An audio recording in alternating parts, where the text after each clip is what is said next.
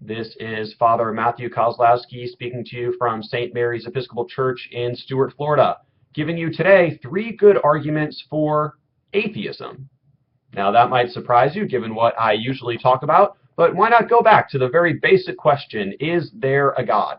And I thought we'd take 2 weeks, this week and next week, to give arguments for and against that idea. So today, 3 good arguments for atheism, and next week, 3 good arguments for theism, or the existence of God. Now, of course, we need to define our terms. For the sake of this discussion, let's say that God is a being of immense power, which is somehow responsible for our existence. Fair? Okay. First argument why such a God does not exist is because we don't need that to explain why we're here and why we see what is around us existing. This is an argument of reductionism. All the complexities of life and the universe, whether it's the movement of the tides or the complexities of human life or even the birth of the universe itself, if we are smart, we can look at the cause and effect, the movements of particles, even the movement of randomness, all kind of coming together to explain these things. The birth of the universe, we can go back to within a fraction of a second of before the Big Bang, when the universe was created, and we can explain exactly how and by what methods it all occurred. So we don't need some sort of unmoved mover explanation, some sort of supernatural being outside of these processes.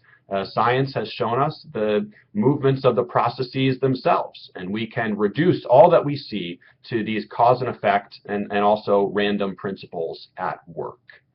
So that's the first argument. The second argument is just to look at the world.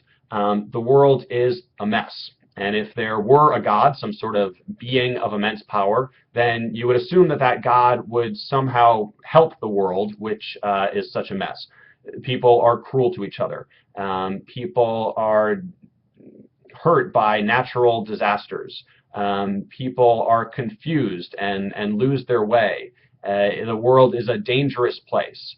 And if even there was a being of moderate power, then that being would have to, if that being has any sort of love or compassion, would have to use some of that power to help clean up this mess of the world that we see. And so based on the state of the world, the evidence suggests that there is not any sort of unmoved mover. There is not sort of any God who would be part of this. The third argument is just an argument of experience. Have you ever seen God? Have you ever felt God? Have you ever heard God? You know, if there were a God of immense power, most people would say yes, and they would have kind of tangible experiences of this God. But in reality, most people haven't had those experiences. And people who have, seen God or heard God, well, most likely they're just sort of letting their imaginations run a little bit, and they're projecting some of their hopes and ideas onto something that's not really there. So, if you look at these 3 things, first of all, the fact that we can explain the universe quite easily through reductionist techniques.